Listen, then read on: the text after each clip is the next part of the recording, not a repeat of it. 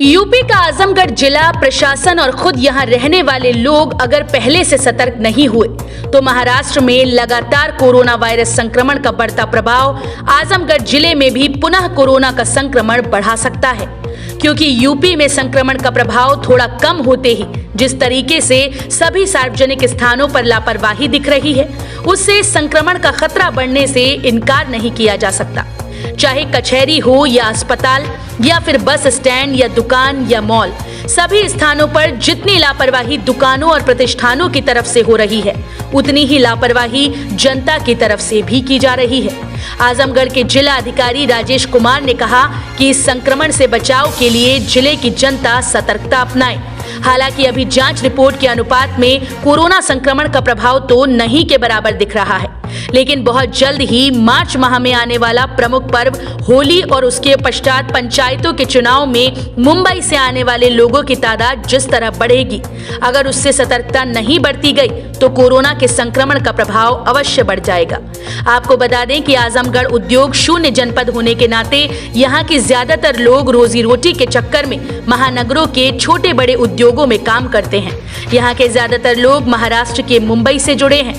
वहाँ इस समय कोरोना वायरस का संक्रमण भयावह रूप लेता दिख रहा है, जिसे लेकर सरकार भी चिंतित है। उद्धव ठाकरे सरकार के तकनीकी सलाहकार ने बीते बुधवार को पत्रकारों से इस बात को बताया कि अगर महाराष्ट्र से लेकर और दूसरे राज्यों की सरकारें सतर्क नहीं हुई तो कोरोना संक्रमण का प्रभाव एक बार फिर देश के अन्य राज्यों में तेजी से अपना पांव पसार सकता है।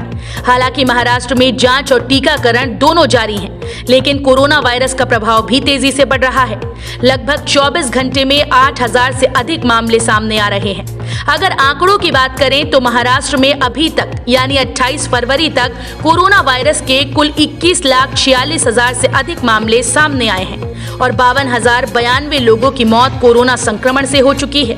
इसे फिलहाल दूसरी लहर तो नहीं कहा जा सकता, लेकिन इस राज्य में कोरोना वायरस के मामले जिस तरीके से बढ़ रहे हैं, पुणे और मुंबई जैसे अन्य जिलों में भी फैल रहे हैं।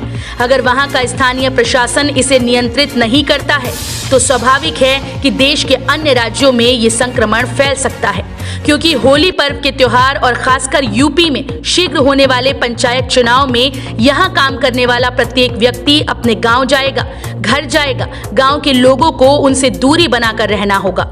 वहीं आजमगढ़ जिले को इस संक्रमण से सुरक्षित रखने के लिए प्रशासन को फिर एक बार नई तरकीब से काम लेना होगा।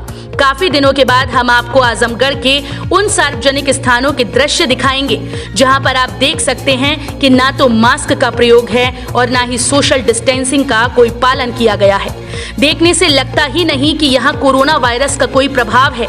इस मामले को लेकर गुड न्यूज भारत के संपादक धर्मेंद्र श्रीवास्तव की खास बातचीत आजमगढ़ के जिला अधिकारी राजेश कुमार से हुई। उन्होंने लोगों से क्या अपील की है, आइए आपको सुनाते हैं। प्रभाव महाराष्ट्र में पड़ रहा है और त्योहारों के मद्देनजर लोग यहाँ आने वाले हैं, तो ऐसे में क्या करना चाहिए? इसमें मेरा सभी सम्मानित नागरिकों से, आजमगढ़ जनपद के सभी से विनम्र निवेदन है कि जैसे आप देखेंगे लॉकडाउन के टाइम भी हमारे जनपद में उससे पहले कोरोना ना के बराबर था, बट जो श्रमिक बाहर से आए थे तो कुछ बड़ा था, बट आप सबके सहयोग से वो कंट्रोल हो गया। आप सबने कोरोना के प्रोटोकॉल का पालन किया। इस वक्त फिर से जब ये पिछले 2-3 महीने में आज की तारीख में बताया तो हमारे सक्रिय केस 0 हैं, बट फिर से मुंबई, केरला, महाराष्ट्र और कई बड़े शहरों में कोरोना के केस तेज़ी से बढ़े हैं। और बगल के जनपद की बात करें, साथ के जनपद प्रयागराज में कुछ स्कूलों में कुछ केस आए हैं, कुछ लखनऊ में केसेस आए हैं। तो हमें सतर्क रहने की आवश्यकता है। सरकार का कोविड वैक्सीनेशन का बड़ा तेज़ी से काम चल रहा है, बट उसमें होते होते सभी जो हमारे लोग हैं उनको करते करते थोड़ा समय लगेगा। तो इस वक्त अगले कुछ समय तक, जब खास तौर से हमारे त्यौहार आ रहे हैं, होली का त्यौहार है जिसमें कि मिलन का त्यौहार है और लोग अपने अपने घर आते हैं, और साथ में अभी चुनाव भी होने वाला है, तो कुछ लोग बाहर से ज़रूर आएंगे। तो उसके लिए सभी से निवेदन है, जो भी जिसके घर में कोई लोग बाहर से आता है तो आप उसकी सूचना तुरंत कंट्रोल रूम पे दें। कंट्रोल रूम का नंबर सभी जगह बताया गया है, अभी इसमें वीडियो के साथ में फ्लैश भी कर देंगे। तो साथ में कंट्रोल रूम में ज़रूर सूचना दें। हमने गांव-गांव में निगरानी समिति बनाई है, उनको भी बैठक करके सबको अवगत करा दिया है कि कोई भी अगर बाहर से आता है तो ज़रूर सूचना दें। स्कूलों में भी हमने सभी जगह सभी टीचर्स को सक्रिय किया है कि अगर कोई भी लक्षण युक्त बच्चा अगर आता है तो उसको भी तुरंत उनके परिवारजनों के पास भेजें, जो भी उचित सुविधा है उनके पास उसके माध्यम से, और उसकी सूचना कंट्रोल रूम में दें। तो अभी सतर्क रहेंगे तो हमारा अब तक जो हम जंग जीते हैं कोरोना से, उसको हम आगे भी जीतते रहेंगे। तो इसमें आप सबका बहुत महत्वपूर्ण योगदान रहा है और मेरी आशा और मेरी आप सबसे यही उम्मीद भी है कि हम सब मिलके इस लड़ाई को पूरी तरह से, इस लड़ाई का जो अंतिम छोर है उसको भी, उस पर विजय पा लेंगे और अपने जनपद में बहुमूल्य जिंदगी बचा पाएंगे और लोगों को इस संक्रमित से बचा पाएंगे। धन्यवाद। जो हमारी अपील है कि हमें प्रोटोकॉल फॉलो करना है, उसमें अनुरोध यही है कि जो स्लोगन है 2 गज की दूरी, मास्क है ज़रूरी, वो बहुत ज़रूरी है हमें फॉलो करना। तो मास्क अभी लोग पहन के रखें और कभी भी घर से बाहर निकलते हैं, जगह में जाते हैं, मार्केट प्लेस में जहाँ भीड़ एकत्रित होती है, अपना मास्क जरूर अपने साथ रखने के साथ साथ उसको पहने जरूर और सही तरीके से पहने, और 2 गज की दूरी जो है सोशल डिस्टेंसिंग वो भी उसका पालन करें, क्योंकि अब काफ़ी केसेस कम आए हैं तो कुछ लोगों ने उसको ढिलाई से लेना शुरू कर दिया है। तो मेरा यही अनुरोध है कि ढिलाई अभी बिल्कुल हम नहीं बरत सकते। हमें अगले 1-2 महीने जब तक ये केसेस जो बढ़ रहे हैं ये फेज में निकाल दें।